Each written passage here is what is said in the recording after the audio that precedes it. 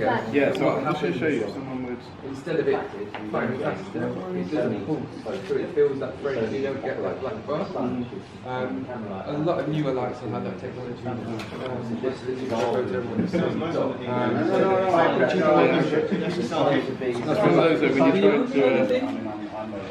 we definitely cross it around. notifications for that. And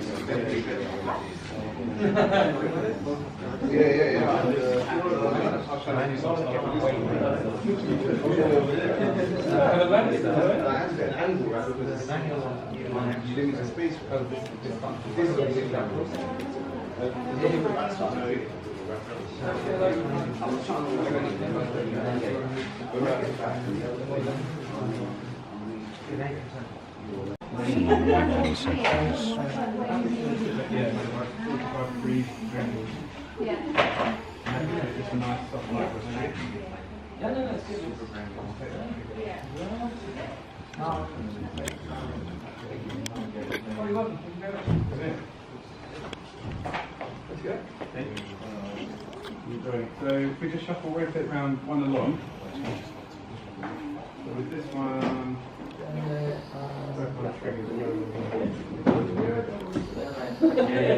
just throw it in the mirror. Where's the triggers? You got brilliant. We'll just get these to the guys that are on the trolley station. So over here, we're basically playing with like a nice.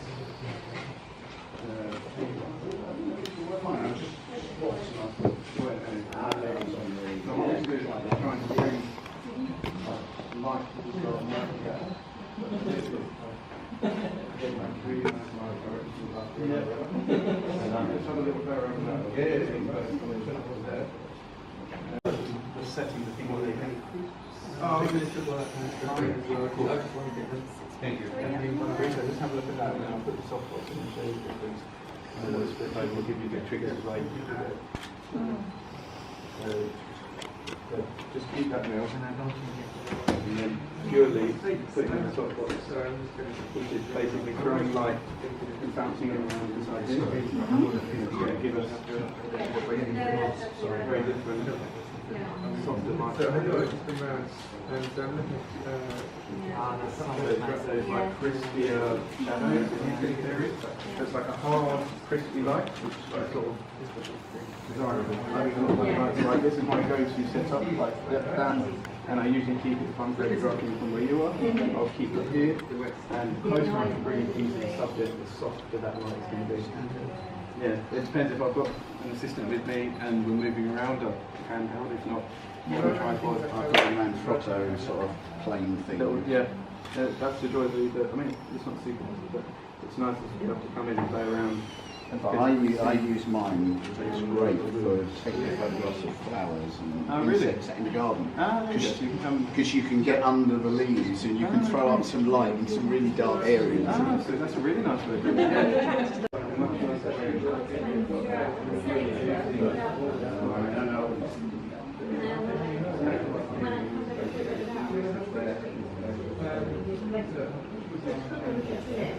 Yes, so yeah, it's a bit of a softer light coming in. If you wanted to, yes, similar setup. You probably want to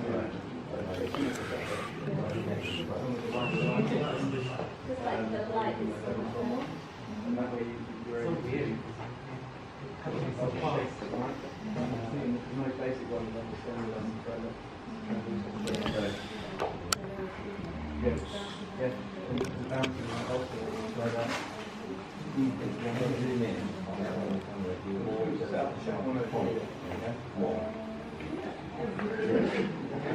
You have to you like that. This is you should get one of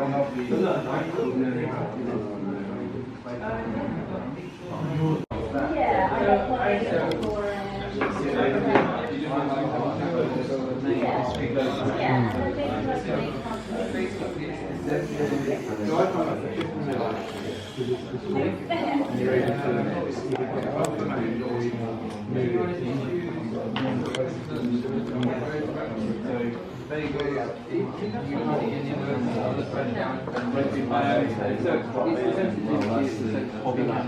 Yeah. I'm so angry.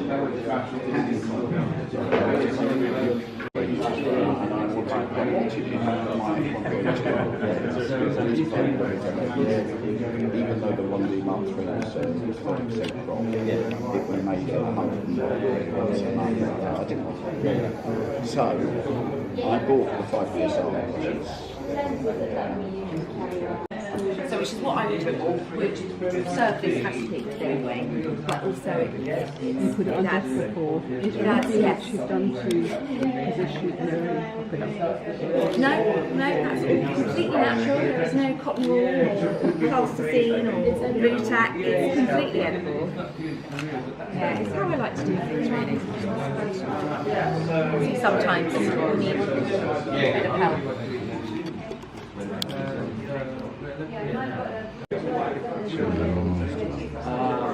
You can. In fact, I'll send you. I did one earlier. Are you keeping, is everything else the same? Yeah, everything else is nice texture, aren't they? So Nice texture. you'll probably be where you're Right, one. yes, basically.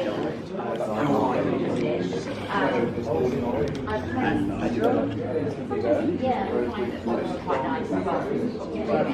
Marble. I do that blend. Yeah. So you're. I'm on the side looking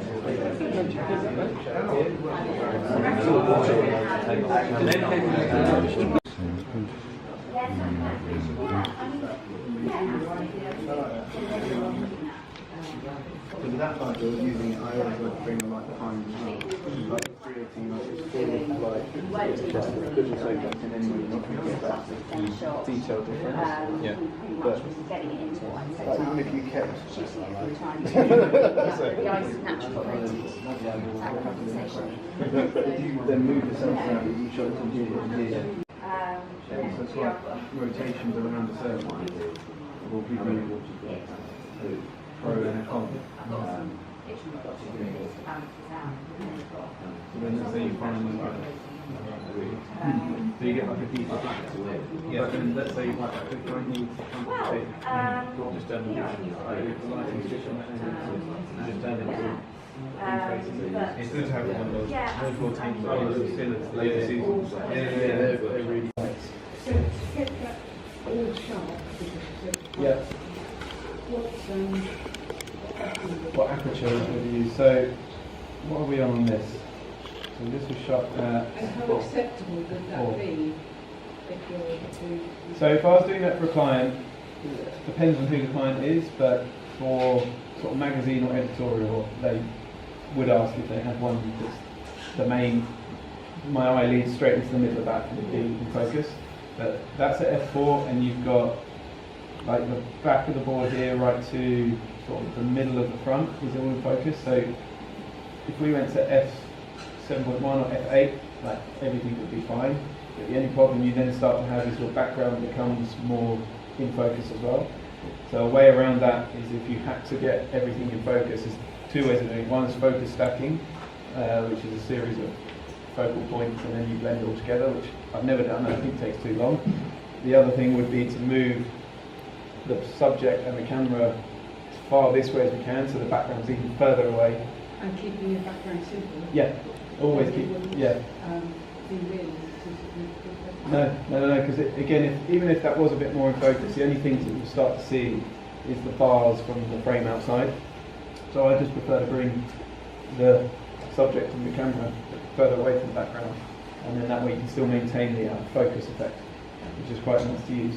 Can you blur that with the background separately? You can in Photoshop. Yeah, so in Photoshop you can go in and copy this out. I don't know. I can try it and see. Let's have a look. It might be that. I feel that sometimes if you start to do that, your pictures, if it's very subtle, it's okay. But if you go over the top, you start to lose that clarity. But I always like to see it. It's worth having a look. Like, 2 seconds on this. So, I was saying to someone earlier about using Photoshop. I use mainly Lightroom, and this is my favourite button, Content Aware Fill, because it pretty much just picks up everything around it and tries to piece together, and like it's not far off. But I mean, for a quick fix, that's not bad. So Content Aware Fill. I don't want to go too much into the Photoshop tech side, but that basically uses its surrounding areas and pieces together the pixels to make it look like step and repeat. What was your question? Sorry, it was blurry, wasn't it? Yeah, but then I was also thinking in Lightroom, when you said that might not be that particular And sharpness, yeah. Would you highlight that and then Bring that back sharpen in. that character? Not really, because it's out of focus. It's not. Yeah. Ideally, you'd want to reshoot it, especially if you're tethering to the computer. You can see that right there and then. And things always look great when you're looking down the lens, and then you get back to the computer, plug it in, and everything looks slightly different. I find it. I don't know if this is anyone who's cross cameras, but coming from like the mirrorless system, the pictures look so much better on the computer than they do on the camera. I found that on the Canon system, the pictures looked okay, but then they looked okay on the computer. I don't know if that's something that, like, if you've not experienced it, maybe it's just me being really hypercritical. But without going back in, you can't pull focus. There is certain cameras you The can. focus bit, because sometimes when I take pictures, the focus is just on that honey on the Yeah. Is that what you're saying, the f-stop? That's, yes, so it's a mixture So of, it's two focus, or is it a focus, do I need to change the focus setting? it's the focal point. Yeah, So you've got, so narrow. it's so narrow, especially with your 1.8 in your lens, you're going to have like one really pin sharp point, and then the further away in distance that you get from that point, the more out of focus everything's going to come. You could spot focus. Yeah. But then that focus is still really, sometimes I think, well, that's annoying. Why You've got can't I one get thing it sharp. all- Yeah. The whole, why can't I get the whole? Capture the slice, only a slice of the plane is in That's it. focus. Yeah. You can get an app on your phone that will tell you the exact distance it could be. So, but really that's just me changing the aperture, is that what you're saying? Yes. Yeah. It's making Or your it. distance. Yeah. One or the other. It's like a battle. If you're doing a flat lay, if you see on this one. Yeah. Well, in a flat lay, you really want it all to be in focus. Correct. Well, ideally yes, because you've not got much depth, because Yeah. it's that far But then from. sometimes that basil would be in focus and the rest wouldn't. Yeah. So But so that's- we're in this. What was our settings on this one? So this is 5.6, and you can still see like basil's in focus. That's quite a good crop. I'll keep that. It's going on my portfolio later. But you've got the edges of like the bread are still focused, the background's still in focus, and 5.6 when you're shooting there, that long lens we're on the other shot. What you were saying with that plane of focus is very fine line. That's why prime lenses are very good to a point, but if you're shooting things that need a lot of things in focus, you need to be careful that you don't drop off the focus and people. Like you were saying earlier about the group shot you were doing. Like a group shot at 1.8 it's not a pretty situation. Did you use going down the line of the 55 to 200? Yeah. Different lengths? Yeah, again, Or you just would get into it. I'll sit there. I'll stay away from that group shot. Yeah. But no, if you're doing something where on a wider lens, you still would need to be mindful of your aperture Yeah. to make sure that is playing a good part. So that's pretty much where I would take it. I wouldn't go further away from that. I try to keep my images wider so they can crop if needs be, so they can get like a. Sometimes for Uber they like to do multiple crops out of one image. So the main one is the 1x1 square, which is not that. It is anywhere in that frame. And comfortably, I can say they can quite easily come in on that as well and come like something similar to what we were saying earlier. The other one is like Facebook banners and Twitter banners, which I think is similar to like a 16:9. They usually send over a load of different sizes, and then they ask me to crop appropriately. So if I know that that's coming in for a shoot, I can sometimes shoot with the edges of the floor in, and then I can reduce that afterwards and still know that I've got the ability to like get a portrait landscape a panoramic out of it. And sometimes it's nice when you play around with different crops. Like you didn't realise you had a shot in there that you could make 2 shots out of one.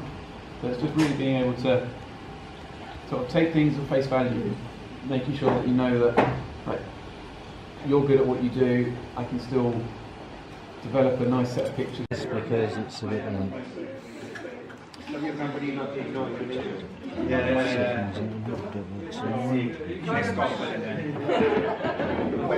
When I go back to Asia, I'm going to, once I find my